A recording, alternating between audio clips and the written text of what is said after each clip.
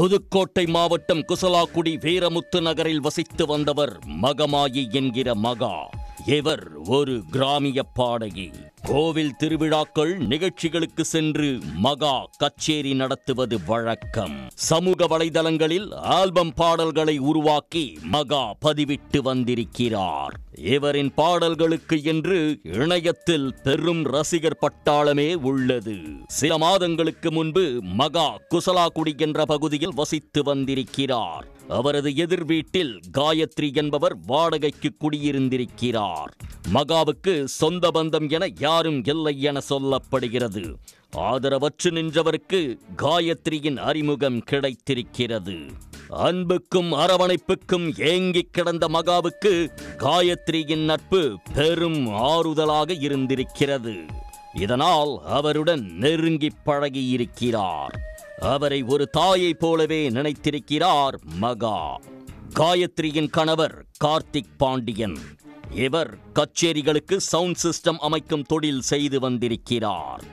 மகாவின் கச்சேரிகளுக்கும் Karthik Pandian sound service செய்து கொடுத்து வந்ததாக சொல்லப்படுகிறது. கார்த்திக் பாண்டியனையும் காயத்ரியையும் தனது குடும்பமாகவே மகா கருதி வந்ததாக சொல்லப்படுகிறது.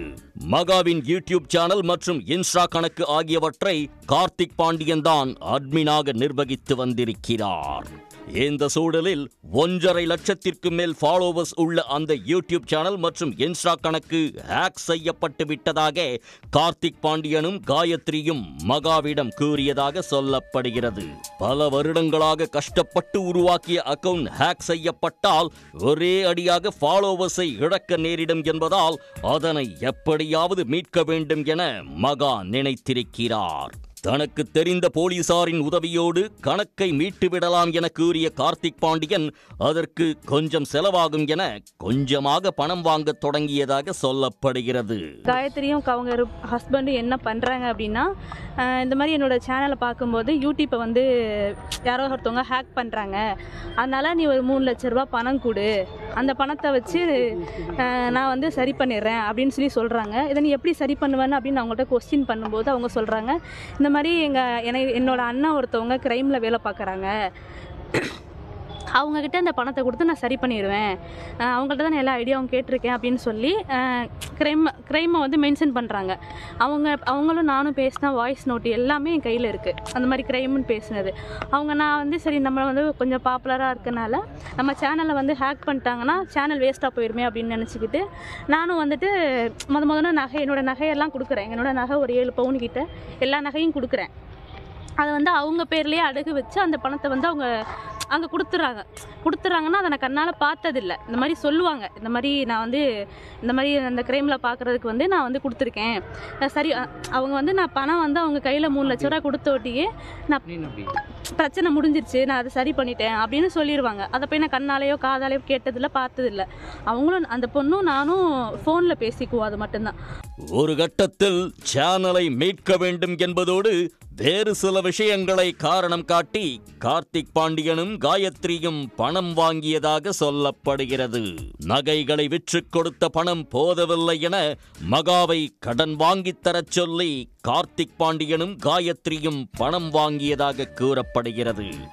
இப்படியே மகா அவர்களுக்கு 80 லட்சம் ரூபாய்க்கும் மேல் பணம் கொடுத்ததாக சொல்லப்படுகிறது. கடன் கொடுத்தவர்கள் ஒரு கட்டத்தில் மகாவுக்கு நெருக்கடி கொடுக்க ஆரம்பித்திருக்கிறார்கள். அதன் பிறகுதான் கணவனும் மனைவியும் சேர்ந்து தன்னிடமிருந்து பணம் பறித்து ஏமாற்றிவிட்டதை மகா கண்டுபிடித்ததாக கூறப்படுகிறது. ஃபோன் பேனராகவே சொந்தமாக ஒரு 70-80 பேனர் கிட்ட நான் பண்ணிகிட்ருக்கேன். எனக்கு வந்து என்னோட அந்த ஒரு பேனருக்குமே கிட்டத்தட்ட ஒரு 40 to 50,000 வரையும் எனக்கு வந்து அமௌண்ட் இருக்கும். மேக்ஸிமம் வந்து எனக்கு என்னோட ஜிபே வந்து நான் யூஸ் பண்ண கிடையாது, எனக்கு ஜிபே கிடையாது. ஜிபே யூஸ் பண்ணதுனால அந்த பொண்ணோட ஜிபேயில் தான் அட்வான்ஸ் பார்ட்டிக்காரங்க வந்து அந்த பார்ட்டிக்காரங்க வந்து அந்த பிள்ளைய வந்து அந்த பார்ட்டிக்காரங்கெல்லாம் வந்து என்னோட ஜிபேக்கு வந்து போட சொல்லு அப்படின்னு சொல்லி முதன்னு சொல்கிறாங்க. அந்த மாதிரி சொல்லவும் எல்லாம் பார்ட்டிக்காரங்க வந்து அவங்களுக்கு தான் அட்வான்ஸ்லாம் போடுவாங்க. அதே மாதிரி இந்த மாதிரி ஏமாற்றி வாங்க ஆரம்பிச்சோட்டி வெளியில் வந்து என்னை கடன் வாங்க சொல்கிறாங்க. கடன் வாங்கும்போது அதிகபட்சமாக ஒருத்தவங்க என்னோட சார்ந்து என்னோட சர்க்குலரில் இருக்கிறவங்கள்ட்ட நான் கடன் வாங்கி கொடுக்குறேன். ஒரு 4 லட்சம் 5 லட்சம் இந்த மாதிரி நான் வாங்கி கொடுக்குறேன்.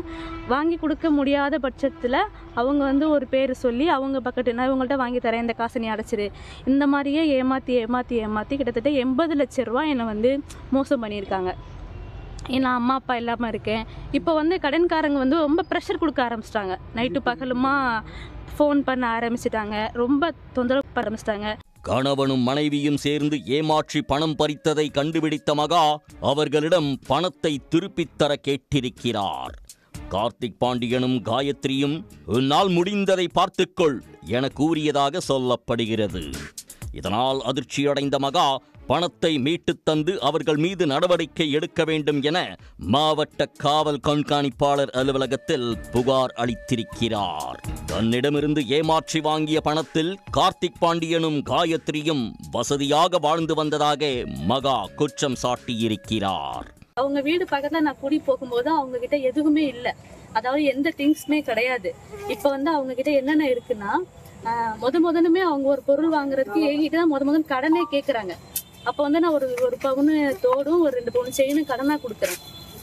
அதுக்கப்புறமேட்டு ஒரு 3 மாசத்துல அதுக்கப்புறம் அந்த கடன் கொடுத்த அடுத்து ஒரு 7 மாசம் கரெக்டாக ஒரு 7 மாசத்துல ஒரு 7 செட்டப் ஆடியோ வாங்கியிருக்காங்க, ஒரு வேன் சொந்தமாக வாங்கியிருக்காங்க, கார் சொந்தமாக வாங்கியிருக்காங்க, ஒரு ஃப்ளாட்டு 10 லட்ச ரூபான்னு 2 ஃப்ளாட் வாங்கியிருக்காங்க, பாதி அளவு வீடு கட்டிட்டாங்க. இப்போ ஒரு 10 பவுனு நகை அந்த சேல்ஸுக்கு வருது அப்படின்னா அதை வந்து அப்படியே ரெடி கேஷா கொடுத்து வாங்கி இன்னைக்கு அவங்க சொத்து சேர்த்து வச்சிருக்காங்க. கேமரா ஆமா, பிளஸ் கேமரா வாங்கியிருக்காங்க, ஒரு 5 கேமரா, அது இல்லாம ட்ரோன் கேமரா, கிம்பல் கேமரா, அது மாதிரி நிறைய ப்ராப்பர்ட்டிஸ் வாங்கி அவங்க சொத்து சேர்த்துட்டாங்க. இன்னைக்கு நான் ரொம்ப கஷ்டப்பட்டுட்டு இருக்கேன்.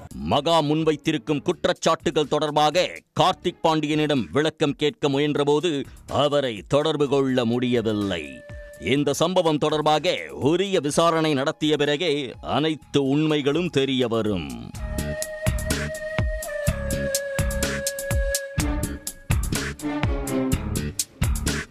உடனுக்குடன் செய்திகளை தெரிந்து கொள்ள சன் நியூஸ் பெல் ஐகானை கிளிக் பண்ணுங்க.